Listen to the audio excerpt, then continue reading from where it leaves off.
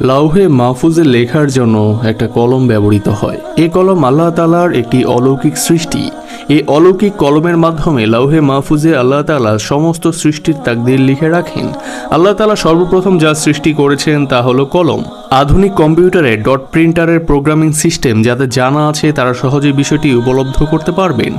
পবিত্র কুরআন মাজিদে আল্লাহ তাআলা কলমের কসম করেছেন। তিনি বলেন, শপথ কলমের এবং সেই বিষয়ের যা তারা লিপিবদ্ধ করে।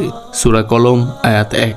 অন্যত্র সূরা আম্বিয়ায় আল্লাহ তাআলা বলেন, অতঃপর যে বিশ্বাসী অবস্থায় সৎকর্ম সম্পাদন করে তার প্রচেষ্টা অস্বীকৃতি হবে না এবং আমি তা লিপিবদ্ধ করে রাখি। সূরা আম্বিয়া আয়াত 94।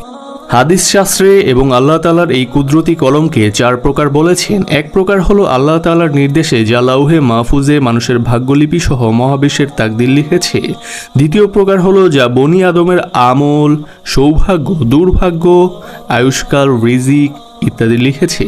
তৃতীয় প্রকার হলো যা দ্বারা সন্তান মাতৃগর্ভে আসার পরে একজন ফেরেশতা গর্ভস্থ সন্তানের রিজিক, আমল, সৌভাগ্য ও দুর্ভাগ্য লিখে দেন।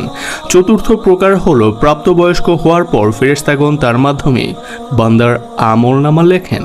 হাদিসের প্রতি অনেকের আস্থা নেই। এই হাদিসের আলোচনা যদি নাও ধরি, এতটুকু অন্তত কোরআন থেকে বুঝতে পারি লাউহে মাহফুজ আল্লাহর বিশাল বিশাল একটি শিলাখণ্ড বা ডিস্ক, যেখানে কোরআন সহ সৃষ্টি শুরু হতে কিয়ামত অবধি যা কিছু সংঘটিত হবে তা আল্লাহ বিশেষ এক কলমের মাধ্যমে লিপিবদ্ধ করে রেখেছেন এবং সেটা আল্লাহ নিজে সংরক্ষণ করেন।